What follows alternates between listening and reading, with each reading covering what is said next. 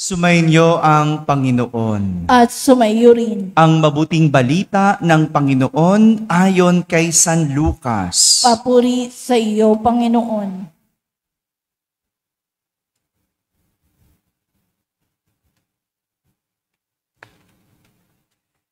Isang araw ng pamamahinga, si Jesus ay inanyayahang kumain sa bahay ng isang pinuno ng mga Pariseyo at binabantayan nilang mabuti ang kaniyang mga kilos. Lumapit kay Jesus ang isang taong namamanas. Kaya tinanong niya ang mga Pariseyo at ang mga dalubhasa sa kautusan. Naayon ba sa kautusan ang magpagaling sa araw ng pamamahinga o hindi? Ngunit hindi sila umimik. Kaya hinawakan ni Jesus ang may sakit, pinagaling, saka pinayaon. Pagkatapos, sinabi niya sa kanila, kung kayo ay may anak o may bakang mahulog sa balon, hindi ba ninyo iaahon kahit araw ng pamamahinga? At hindi sila nakasagot sa tanong na ito. Mga kapatid, ang mabuting balita ng Panginoon. Pinupuri ka namin, Panginoong Jesucristo. Umupo ang lahat at makinig sa homilya. Magandang umaga po sa inyong lahat. Father. Magandang umaga sa mga nasa barangay, sa mga nasa tahanan na nagsisimba via online at sa lahat ng nasa abroad. Kasama kayo sa aming banal na pagdiriwang dito sa ating parokya. Isang katahimikan ang naitugon ng mga Pariseyo kay Jesus.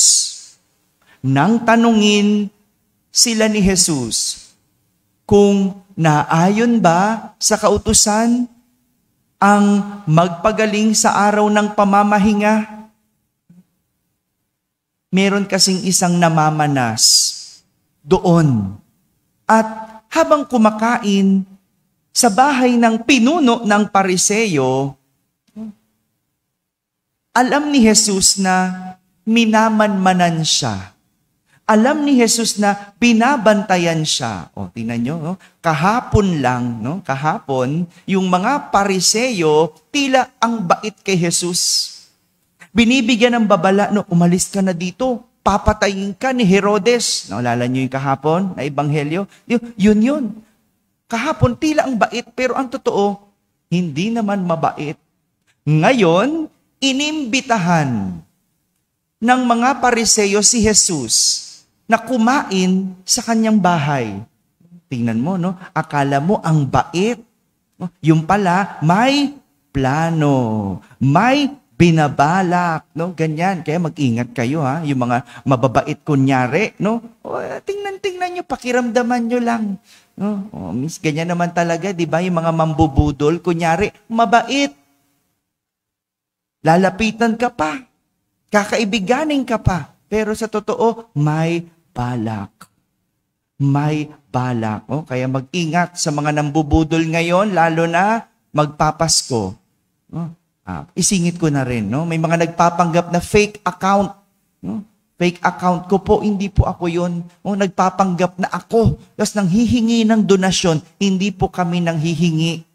No? At yung meron man kaming donasyon, idiretso nyo po sa aming bank account ng parokya. Ano po? Siningit ko lang, no? Kasi may nagbabait-baitan sa ebanghelyo. Yung Pariseyo. Pinakain si Jesus, pero ang totoo, binabantayan. At dahil si Jesus talaga mahabagin sa mga nahihirapan, mga may sakit at nangangailangan, gusto niyang pagalingin. Pero bago niya pagalingin ang namamanas, tinanong niya, naayon ba sa kautusan ang magpagaling sa araw ng pamamahinga? Alam naman niya, bawal magtrabaho sa araw ng pamamahinga. Alam niya, sisitahin siya. Kaya nga, tinanong niya sila, Ibinalik niya ang tanong, o sige, kayong sumagot. Pero anong naitugon? Katahimikan. Hindi makasagot ang mga pinuno ng Pariseyo.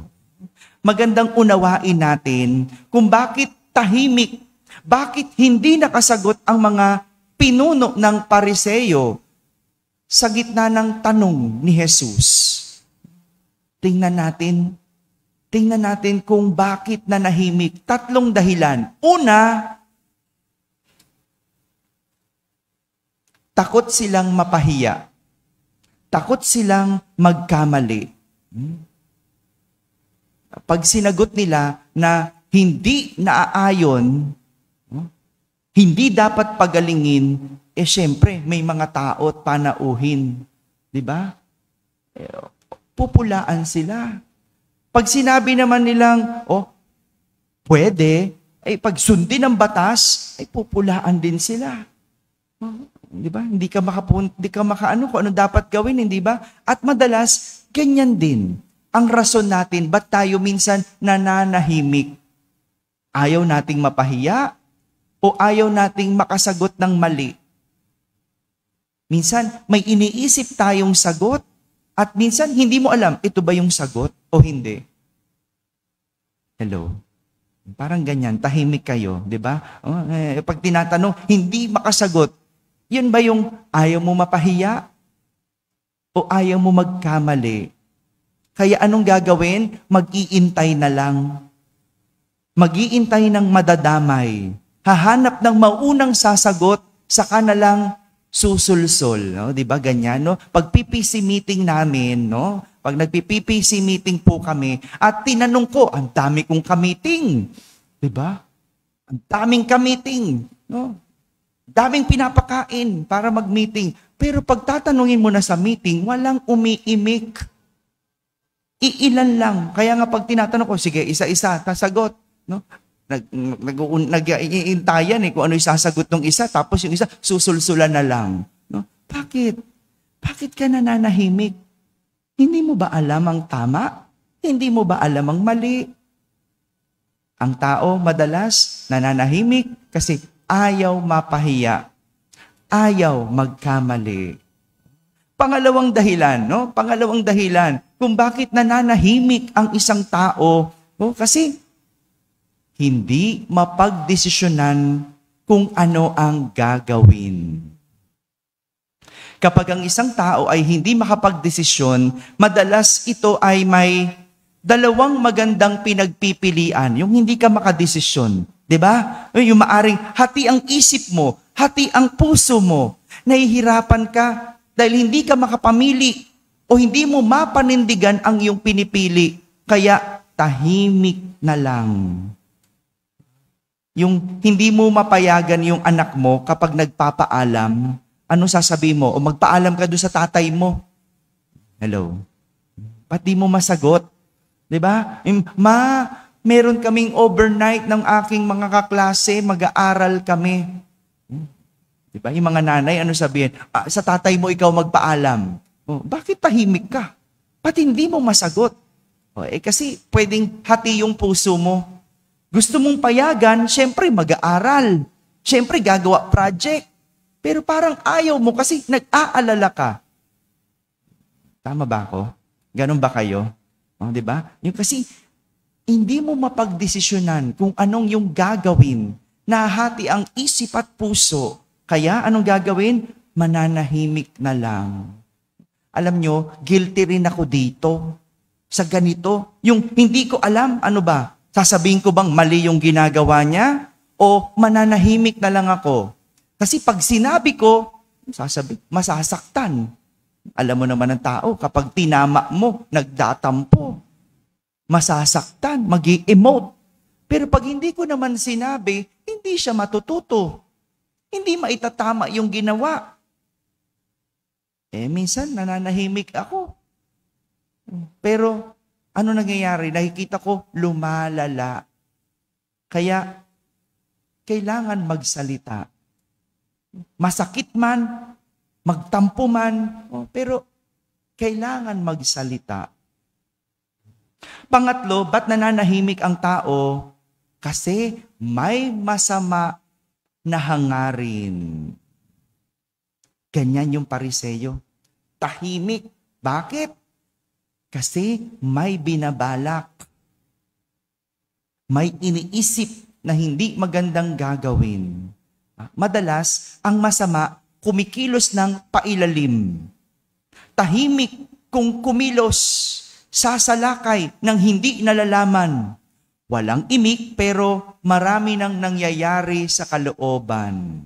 Kaya yung iba dyan, tatahi-tahimik lang yan pero nambubudol na yan. Tatahi-tahimik lang yan pero may kabit yan. Tatahi-tahimik lang yan pero magnanakaw yan. Lahat ito pwedeng dahilan kung bakit tahimik ang isang tao. Sa Senado o sa gobyerno, yung mga tatahi-tahimik at hindi nagsasalita. Bakit? Ayaw madamay. Kasi baka mabuking sila rin, maimbestigahan. Tahimik. At ganyan din, yung mga pinuno ng Pariseyo, tahimik. Pero hindi siya dapat nanahimik. Siguro kung naging bukas lang yung pinuno ng Pariseyo sa pagtanggap sa mga pamamaraan at turo ni Jesus, wala siyang dapat ikatahimik. Alam niya ang dapat gawin. Sa nangyayari po sa ating bansa ngayon, ano po ang inyong masasabi? Ganyan, tahimik. Diba? Alam niyo ba nangyayari sa bansa? Ikaw ba'y mananahimik na lang? Marami sa atin, ang galing dumaing. Hirap ng buhay. Ang galing magkomento. Ganyan naman yung mga yan. Ang dali maggalit-galitan. Nagmumura pa. Pero kung tatanungin mo kung ano ang dapat gawin sa ating suliranin, nananahimik. Nananahimik. Kahapon, sa Philippine Women's University, bago ako magmisa, merong teacher na lumapit sa akin. Nagtanong siya, sabi niya, Father, kasi ganito, meron akong estudyante. Biruin mo, estudyante to. Siya teacher. Meron akong estudyante. Niyaya niya ako sa Bible study. Ako naman, gusto ko naman talaga nakakarinig ng mga salita ng Diyos. Kaya nga nagsisimba ako . Gusto ko maka-reflect man lang. Niyaya ako sa Bible study. Nagpaunlak naman ako. Pero sa Bible study na ginawa ng estudyante, biruin mo online. Online ha, hindi pa yung face-to-face. Sa Bible study na ginawa ng estudyante, tinuturuan daw siya ng iba sa ating pananampalataya. Ayoko na lang sabihin kung ano, pero iba yon sa kanyang paniniwala. At dahil doon, hindi siya nakatulog. Kasi iniisip niya, tama ba yun? Hindi ganun yung paniniwala ko. Hindi ganun yung tinuro sa akin. Hindi ganun ang Katoliko. Hindi siya makatulog. Ngayon, ang problema niya, iniimbitahan na naman siya. Sabi niya, anong gagawin ko, Father? Sabi ko sa kanya, mananahimik ka ba? O magsasalita at tatanggi? Mamili ka lang. Gusto mo bang matulog ng payapa? O ayaw mo na naman makatulog? Minsan ganun di ba? Nananahimik tayo, ayaw natin makasakit. Nananahimik ka kasi ayaw mo maka-offend. Pero hindi. Kailangan mo magsalita. Ay, hindi yan. Sorry. Hindi yan ang pananampalataya ko. Ay naku, sorry, hindi na ako a-attend kasi mali naman yung tinuturo mo. Ay naku, sorry, hindi na pwede kasi iba yung pananampalataya mo. Ganyan. Kung minsan kailangan nating magsalita at wag manahimik. Wag magdalawang isip na magsalita, lalo pa kung magandang yung hangarin. Isingit ko na rin, nalalapit na ang araw ng mga santo. O bukas, pagdiriwang natin ang araw ng mga santo at ang mga santo na pinagdiriwang natin, kahit kailan hindi na nahimik pagdating sa pagpapalaganap ng pananampalataya. Hindi sila natakot kahit na buhay ang kanilang kapalit. Nanindigan sila kahit pa mapahamak. Nagpahayag ng kanilang pagmamahal sa Diyos kahit sila'y nahirapan. Hindi sila nagdalawang isip. Hindi sila nag-alinlangan. Lahat ito nagawa nila dahil malinaw sa kanila kung ano ang mabuting dapat gawin. Mga kapatid, walang dahilan para tayo'y manahimik kung malinaw sa iyo kung ano ang dapat at mabuti. Dito tayo dinadala ng ating pagninilay ngayon. Buksan natin ang ating isip at puso sa Diyos dahil nagkakaroon lang ng kalituhan o ng kaguluhan kung ang puso at isip ay nababahiran ng kasamaan. Amen? Amen.